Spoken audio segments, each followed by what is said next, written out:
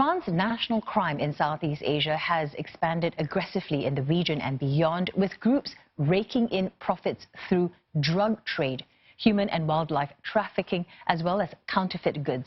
Now, that's according to a new report from the United Nations Office on Drugs and Crime, or UNODC. Mei Wong reports. The production and consumption of heroin from opium cultivation may have decreased, but that's not all good news. Heroin continues to be the second most frequently trafficked drug behind methamphetamine in Southeast Asia. And the main problem is the methamphetamine market is expanding. The UNODC says synthetic drugs, the top problem, have become the most profitable illegal trade in Southeast Asia. Conservatively, the market is worth about $61 billion a year. We've seen a quadrupling at a minimum of the production, trafficking, consumption of this drug over the past 5 years. And the conditions that have allowed that quadrupling to take place, that explosion, are really in place. You know, we don't see them slowing down. So unless there's a really huge effort at the highest levels of this region and beyond the region itself, I'm talking Asia Pacific when I say region, this will continue.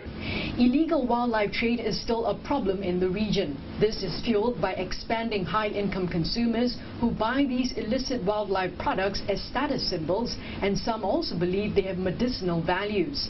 Thailand believes it can play a leadership role in helping to tackle these illegal businesses and denies it has been soft on arresting and prosecuting offenders.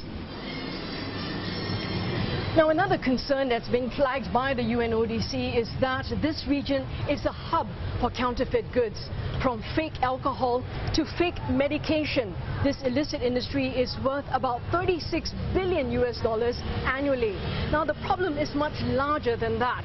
That's because, for example, fake medication is causing diseases like malaria to mutate because the diseases are adapting to these counterfeit drugs. Now, also more importantly, this is resulting in more people seeking emergency treatment and putting pressure on the legitimate pharmaceutical and healthcare sector.